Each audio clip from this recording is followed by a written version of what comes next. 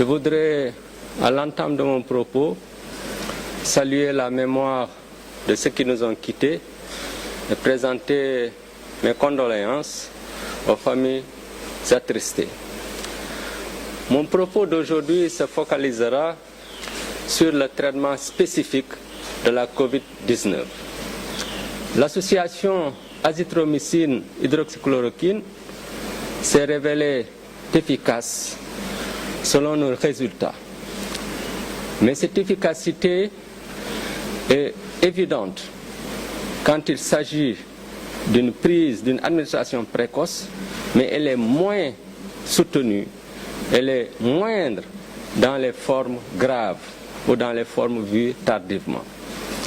C'est fort de cette information que l'Institut Pasteur de Dakar, dirigé par le Dr Amadou Alpha-Sall, dont je m'honore de sa collaboration, et le service des maladies infectieuses et tropicales de FAN ont initié une étude scientifique en vue d'évaluer l'efficacité d'un médicament dans les formes sévères. Il s'agit d'un médicament disponible depuis plus de 20 ans qui a une action anticoagulante et anti-inflammatoire efficace chez l'homme. Ces deux actions sont indispensables à obtenir dans le cadre de la prise en charge d'une forme grave.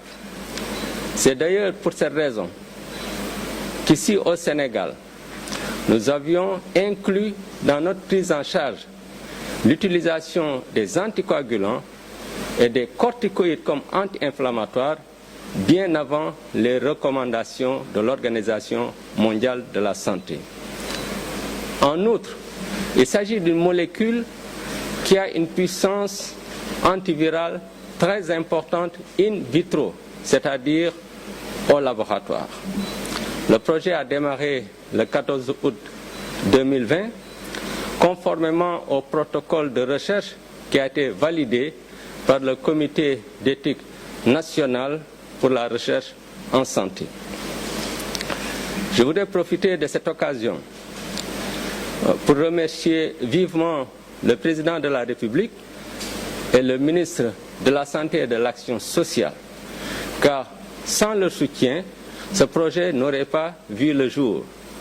Et nous sommes les seuls actuellement, à l'heure où je vous parle, qui avons commencé ce projet de recherche ici en Afrique.